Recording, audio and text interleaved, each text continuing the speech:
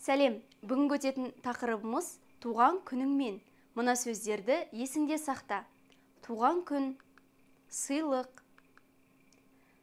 қыс айлары желтоқсан, қаңтар, ақпан, көктем айлары наурыз, сәуір, мамыр, жаз айлары маусым, шілде, тамыз, күз айлары қыркүйек, қазан, қараша.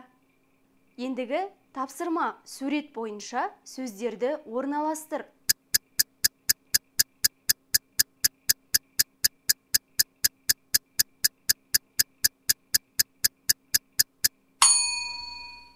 Өзіңді тексер. Бірінші суретте маусым, шілде, тамыз, екінші суретте қыркүйек, қазан, қараша.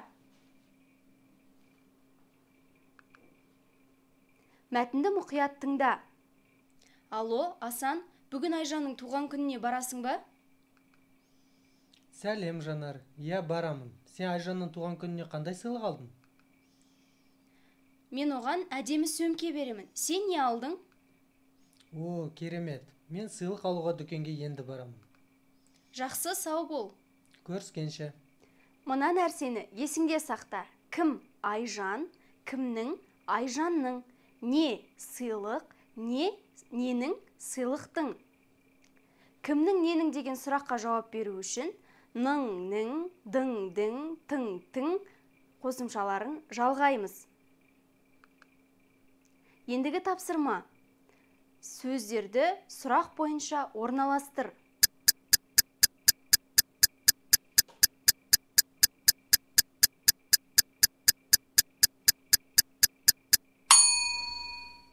Өзіңді тексер. Бірінші, кім Асан, не университет, сыйлық.